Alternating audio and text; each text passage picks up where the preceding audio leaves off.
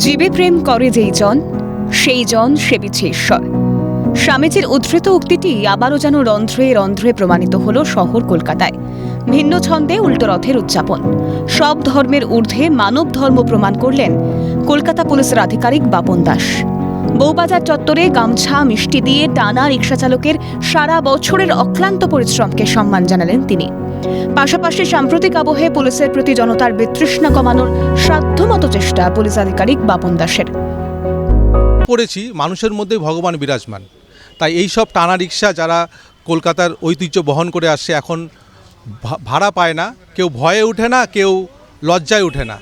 তো তাদের সম্মান জানিয়ে তাদের কিছু সহযোগিতা করে, যেমন হাতের 5 আঙুল সমান না, সব পুলিশ খারাপ না। আমরাও তো একটা ভালো পরিবার থেকে এসেছি, আমরা কেন অন্যের দুর্নামটা গায়ে নিব?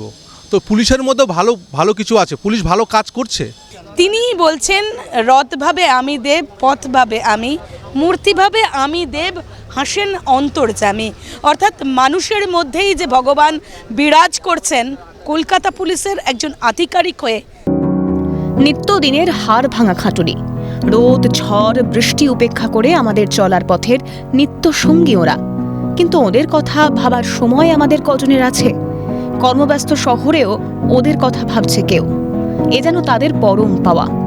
এমনটাই জানালেন বৃদ্ধ রিক্সা চালক রামপ্রসাদ। আমরা তো ভালো বসছি, হর সাল প্রত্যেক সাল আসছে আমার পাশে, নিয়ে যায় ও তো জানে, আমি 10 বছর থেকে জানি।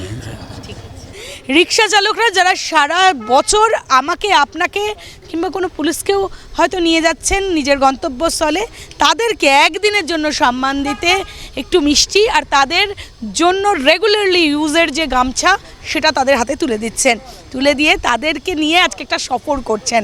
এই সফরে তারা আনন্দ পাচ্ছেন এবং স্বাভাবিকভাবেই কিছুটা হলেও কষ্ট লাঘু হচ্ছে। আর এটাই সমাজের কাছে বার্তা পুলিশের। ক্যামেরায় গোপাল তাপাদারের সাথে অভিরূপা হাজরা, ক্যালকাটা নিউজ। আমার নাম রামপ্রসাদ।